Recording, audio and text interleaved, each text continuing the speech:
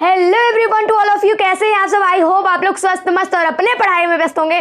तो फ्रेंड्स, मैंने सुबह वाली वीडियो में आप लोगों को आनुवंशिकता एवं जैव विकास पढ़ाया और अब मैं आपको उनका हथियार देने वाली हूं, जो कि कुछ इंपॉर्टेंट क्वेश्चन, बहुत ज़्यादा इंपॉर्टेंट क्वेश्चन मैं बताने वाली हूं, जो कि आपके बोर्ड एग्जाम में पूछे ही जाते हैं। तो ये बोर्ड एग्जाम के लिए मोस्ट इंपॉर्टेंट क्वेश्चन है, तो आप इनको करना मत भूलिएगा। तो चलिए बिना लेट के आज किस इंटरेस्टिंग वीडियो को स्टार्ट करते हैं। Yes, my name is Supriya and this is your beautiful सा channel basic knowledge. So let get started. हमें कुछ चीजें देखनी है जो कि कभी कभी 1 या 2 नंबर में पूछ ली जाती है। तो क्या पूछ ली जाती है? जैसे आपका समजात हो गया, आपका समरूप हो गया, आपका अवशोषी हो गया। ठीक है, तो ये आपका 1 नंबर में 2 नंबर में जैसे पूछ लिया जाता है कि मतलब समजात किसे कहते हैं, 1 नंबर का या 2 नंबर का, ऐसे क्वेश्चन दे दिया जाता है। ठीक है, तो आप उसको यहाँ पे बताना है। 3 अंक के बारे में यहाँ पे हमें जाना है, एक समजात, एक समरूप, एक अवशेषी। ठीक है, तो समजात क्या है भाई? मैंने यहाँ पे लिखा है वे अंग जिनकी उत्पत्ति, आपको ये ध्यान रखना है, ये समजात। ठीक है, वे अंग जिनकी उत्पत्ति और संरचना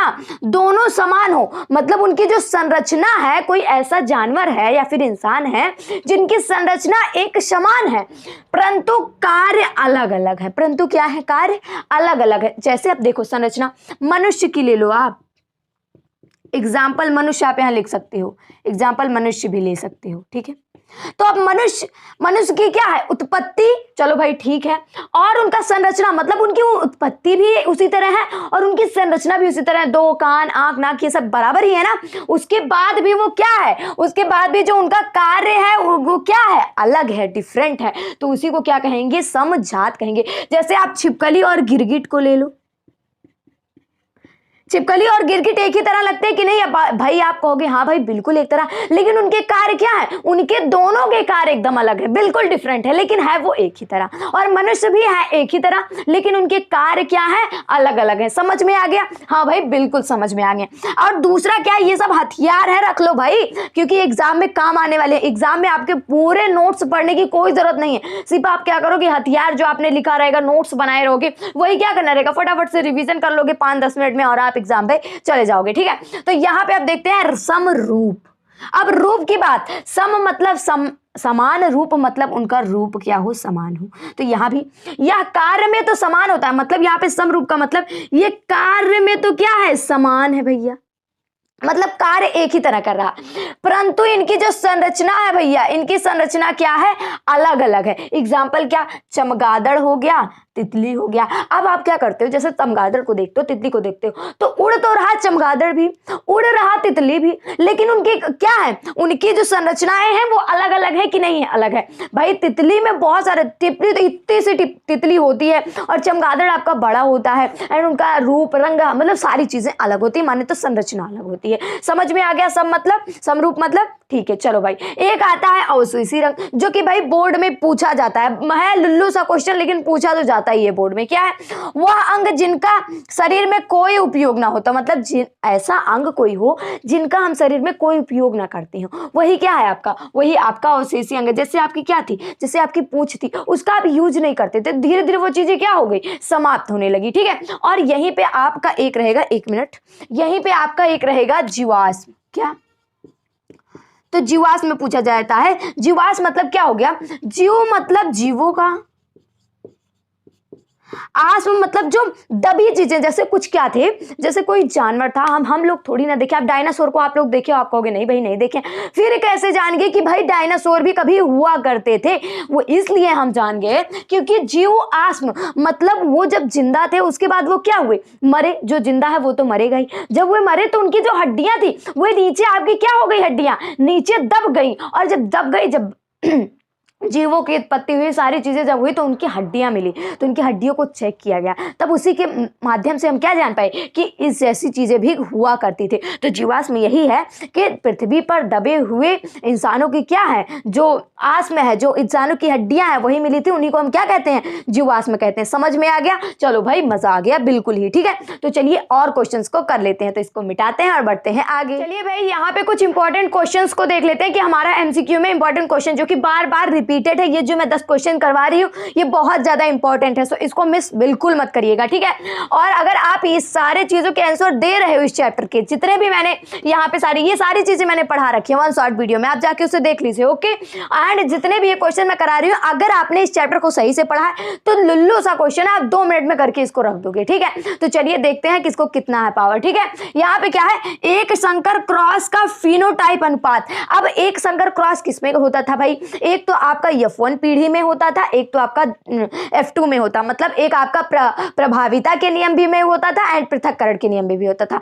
लेकिन आपके प्रभाविता में कोई सा जीनोटाइप फिनोटाइप का कोई सा भी रिलेशन नहीं है, एंड आपका जो F2 पीढ़ी था उसी में था। तो आप F1 पीढ़ी में से क्या निकाले थे, सभी लंबे पौधे निकले थे। तो सभी कैसे पौधे निकले थे, सभी लंबे थे, समान क्या थे, शुद्ध अशुद्ध लंबे थे, मतलब एक टी था, ये था, यही तो आपका निकला था। तो चलिए एक बार निकाल के मैं बता देती हूँ, जिससे अगर भूल भी गए हो, आपने नहीं भी देखा हो तो कोई दिक्कत नहीं, ठीक है।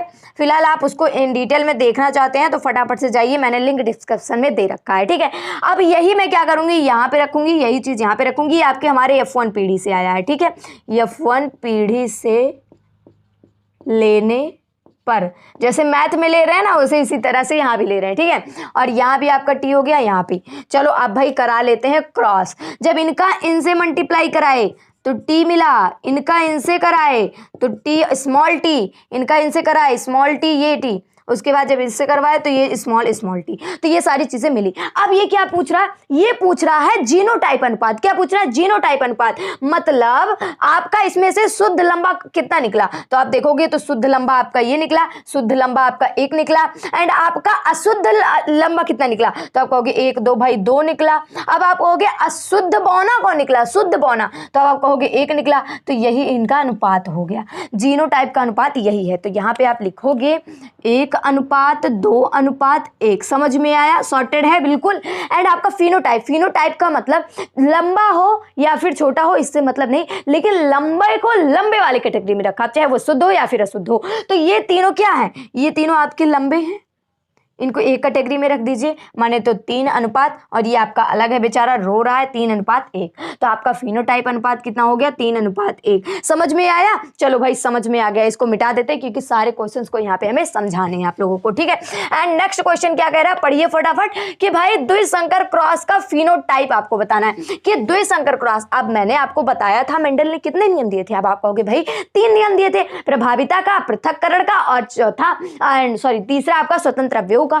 तो पहले दूसरे में तो एक संकर क्रॉस होता था, लास्ट आपका क्या बचा, लास्ट आपका तृतीय नियम बचा, जिसमें क्या होता था, द्विसंकर क्रॉस होता था। तो द्विसंकर क्रॉस का फिनोटाइप मतलब आपका 3 वो बताना। अब आप पूरा निकालोगे तो आप क्या हो जाओगे, एकदम आप अचानक से, मतलब आपको कुछ समझ में नहीं आएगा क्या करूं। तो इसलिए मैंने आपको ट्रिक दिया था कि आपको वो चीजें लर्न कर लेनी है जिससे आपको जो है क्रॉस करके निकालना ना पड़े। तो वो क्या निकला था आपका, याद करिए, यस बिल्कुल, हाँ 9.3.3.1, सॉरी अनुपात में है ये सारी चीजें, ये निकली थी, ठीक है। अगर आप इसे याद कर लोगे तो आप क्रॉस को, अगर थोड़ा सा भी आपको प्रॉब्लम हो जाता है क्रॉस करने में, क्योंकि आपका क्या हो गया, capital T small T capital, ये मतलब बहुत सारी चीजें निकालनी पड़ती है, तो आप कंफ्यूज हो जाओगे। और अगर आप ये लास्ट में करके लिख दोगे कि इतने ये बीज गोल झुर्रीदार इतने आए थे, हरे पीले इतने आए थे, लंबे बौने इतने आए थे, तो आपको जो है एग्जामिनर सोचेगा लगता है सही निकाला, क्योंकि वो पढ़ेगा नहीं। जिस तरह आपको उसमें कंफ्यूजन होता है, वैसे भाई एग्जामिनर भी एक इंसान ही है, तो उनको भी थोड़ा सा कंफ्यूजन होता होगा,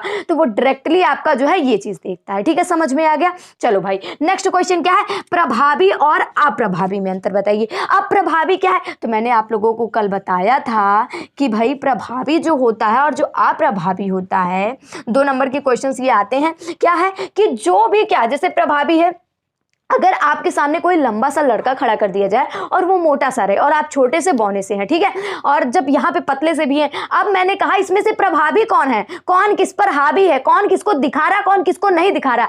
तब आप कहोगे भाई कि जो ये लंबा वाला है ये कैसा है भाई, ये प्रभावी है, क्योंकि ये क्या कर रहा है, ये मतलब आपका क्या हो रहा है, ये चीज दिख रही है और ये चीज नहीं दिख रही, मतलब बौना वाला इंसान नहीं दिख रहा, लेकिन जो पतला वाला और लंबा वाला इंसान है वो दिख रहा है। तो यानी ये दिखाई देता है, आप क्या लिखोगे, ये दिखाई देता है। और अप्रभावी में ये लक्षण दिखाई नहीं देते। बस खत्म। क्या प्रभावी में ये लक्षण क्या होते हैं, ये लक्षण दिखाई देता है, लेकिन जो आपका अप्रभावी होता है ये लक्षण दिखाई नहीं देता। समझ में आ गया, सॉर्टेड है बिल्कुल। चलिए इसको मिटाते हैं। और क्या है नेक्स्ट क्वेश्चन कि F2 पीढ़ी में, नेक्स्ट क्वेश्चन पढ़िए, F2 पीढ़ी में 3:1 प्राप्त होता है। मतलब आपका F2 पीढ़ी जो है उसमें कब यह अनुपात प्राप्त होता है, 3:1 कब प्राप्त होता है? तब मैंने आपको बताया था जो ये 3:1 होता था, अभी आपने उसे पढ़ा था कि वो एक संकर क्रॉस में आपका 3:1 प्राप्त होता था। एंड आपका जो द्वि संकर क्रॉस था उसमें आपका 9:3:3:1 प्राप्त होता था। ठीक है, तो ये आपका किसमें प्राप्त होता है? एक संकर क्रॉस में। सॉर्टेड है बिल्कुल। चलो भाई, अब नेक्स्ट क्वेश्चन क्या है? नेक्स्ट क्वेश्चन है आपका 6 नंबर, पृथक्करण का नियम किसने दिया था? अब 3 ही नियम था भाई जो मेंडल ने दिया था। वो कितना नियम था? 3 ही नियम था। पहला नियम था प्रभाविता का, दूसरा नियम था पृथक्करण का, तीसरा नियम था स्वतंत्र अवयव का। ठीक है, तो अब आपका पृथक्करण का नियम पूछ रहा है, तो पृथक्करण का भैया नियम मेंडल ने दिया था। इसको किसने दिया था? मेंडल ने दिया था। समझ में आ गया? चलो भाई समझ में आ गया। अब 7 नंबर क्वेश्चन क्या है? पुरुषों में कौन से गुणसूत्र होते हैं? तो मैंने आप लोगों को बताया था पुरुषों का एंड मादा का। तो आपका जो नर होता है, आपका क्या होता है? नर जो होता है, और आपका जो मादा होता है, तो नर के पास क्या होता है? XY गुणसूत्र होता है। एंड जो मादा होता है उसके पास क्या होता है? उसके पास XX गुणसूत्र होता है। तो इसमें पूछ रहा है कि पुरुषों में कौन से गुणसूत्र पाए जाते हैं। तो पुरुष आपका कौन है भाई? यही नर तो ही है पुरुष, तो मादा तो है नहीं पुरुष। तो इसका हम देखेंगे तो इसमें XY गुणसूत्र पाया जाता है। सॉर्टेड है बिल्कुल, मजा आ गया। चलो भाई नेक्स्ट क्वेश्चन करते हैं। नेक्स्ट क्वेश्चन क्या कह रहा है? मटर का वैज्ञानिक नाम। बहुत ही अच्छा नाम है भाई, अगर याद कर लोगे ना तो मतलब भूलेगा नहीं। क्या है? पाइसम सटाइबम। मतलब पाइसम तो सटाइबम। तो यहाँ पे देखिए मटर का जो वैज्ञानिक नाम है ये आपके एग्जाम में पूछा जाता है। तो आप लिखोगे भाई पाइसम सटाइबम। बम जैसा इनका नाम भी है, पाइसम सटाइबम, तो इसको आप जरूर याद रखे रहिएगा। ठीक है, इनका नाम तो मुझे बहुत अच्छा लगता है। जो ये मटर का जो वैज्ञानिक नाम है ये बहुत ही अच्छा लगता है मुझे। एंड नेक्स्ट क्वेश्चन क्या है? 9th नंबर क्वेश्चन है, मादा में कौन सा गुणसूत्र पाया जाता है? अभी बताया भाई, मिटा दिया तो क्या भूल गए? नहीं भूले ना, बिल्कुल भाई। कौन सा है? XX गुणसूत्र पाया जाता है। और यहाँ पे नेक्स्ट 10 नंबर क्वेश्चन एंड आपका लास्ट क्वेश्चन, ये मोस्ट इंपॉर्टेंट है। एंड मैं बहुत सारे क्वेश्चन कराऊंगी, ऐसी बात नहीं है, लेकिन आपको मिक्स में लेकर लाऊंगी। ये तो आपका हथियार वाला था तो मैंने इसको बताया। ठीक है, अब लिंग गुणसूत्र की संख्या कितनी होती है? तो लिंग सूत्र भैया एक ठू नर है एक ठू मादा है, तो लिंग गुणसूत्र कितना होगा? 2 तो होगा, तो यहाँ पे 2 होता है। समझ में आ गया? तो यहीं पे ये पूछा जाता है कि जैसे यहाँ पे क्या पूछा जाता है, जैसे जो पिताजी हैं आपके, वो मतलब अगर कोई बेटी है तो वो अपने पिता से किस गुण को लेती है, या फिर कोई बेटा है तो अपने पिता से क्या लेता है। तो मैं आप लोगों को ये समझा देती हूँ क्योंकि यहाँ से कंफ्यूजन बहुत होता है। नर हो गया, ये मादा हो गया। नर के पास कौन सा गुणसूत्र होगा? जोरों से बताइए आप। उनके पास क्या होगा? XY होगा। मादा के पास क्या होगा? XX होगा। अब इसमें पूछ रहा बेटी, अगर बेटी होनी है तो यहाँ पे आप लिख दीजिए, अगर बेटी के लिए माने तो गुड़िया के लिए अगर लिया जा रहा है तो क्या होगा? ये होगा XX। मतलब गुड़िया को होने के लिए आपको XX की आवश्यकता पड़ेगी। मतलब आपका X पुरुष के पास भी रहना चाहिए, X आपके माता के पास भी रहना चाहिए। लेकिन अगर आपके लल्ला हो रहा है, यहाँ पे बेटे की बात कर रही है, तो क्या होना चाहिए? XY गुणसूत्र होना चाहिए। ठीक है, तो यहाँ पे देखिए अगर बेटी को होना है तो X की, तो यहाँ पे ये मादा इनको X देगी, नर इनको X देगा, तो क्या हो जाएगा? XX मिला के बेटी हो जाएगी। और अगर बात करते हैं पुत्र की, तो यहाँ से X इनको मिलेगा और एक Y इनको मिलेगा, तो X और Y से हम जो है बेटे का जन्म हो जाता है। समझ में आया? तो ये पूछा जाता है बेटी अपने पिता से किस गुणसूत्र को लेती है? तो बेटी अपने पिता से X गुणसूत्र को लेती है, ना कि XY लेती है, क्योंकि XY पिता में गुणसूत्र होते हैं, ना कि बेटी लेती है। तो बेटी लेने का है तो कंफ्यूज बिल्कुल मत होइएगा। ठीक है, तो यहाँ पे थे टॉप 10 क्वेश्चन इस चैप्टर के, जिसको मैंने अच्छे से कवर किया, समझा, समरूप, अवशेषी और वास में भी कवर किया। आई होप आप लोगों को समझ में आया होगा। तो समझ में आया तो भैया एक लाइक कर दीजिए, और अगर आपको यही हथियार वाली वीडियो चाहिए तो हमारे चैनल को ना सब्सक्राइब करके जुड़ जाइए, क्योंकि के बहुत सारे हथियार आने वाले हैं। एंड बायोलॉजी का पूरा चैप्टर मैंने खल्लास किया 1 शॉर्ट वीडियो में। अगर आप उसे देखना चाहते हैं तो हमारे प्लेलिस्ट में उसका लिंक पड़ा है, फटाफट से जाओ, देखो, पढ़ो और मौज मस्ती करो, ठीक है। एंड केमिस्ट्री का भी एक चैप्टर बचा है, वो भी मैं कल तक खत्म कर दूंगी, ठीक है। तो आई होप, और एक वीडियो आपके लिए कल आने वाली है जो कि बहुत ज्यादा इंपॉर्टेंट है, उसे देखना बिल्कुल मत भूलिएगा, ठीक है। तो अब हम मिलते हैं नेक्स्ट वीडियो में इसी तरह की धमाकेदार वीडियो को लेकर। तब तक के लिए बाय बाय, टेक केयर, पढ़ते रहिए, मस्त रहिए। जय हिंद, वंदे मातरम।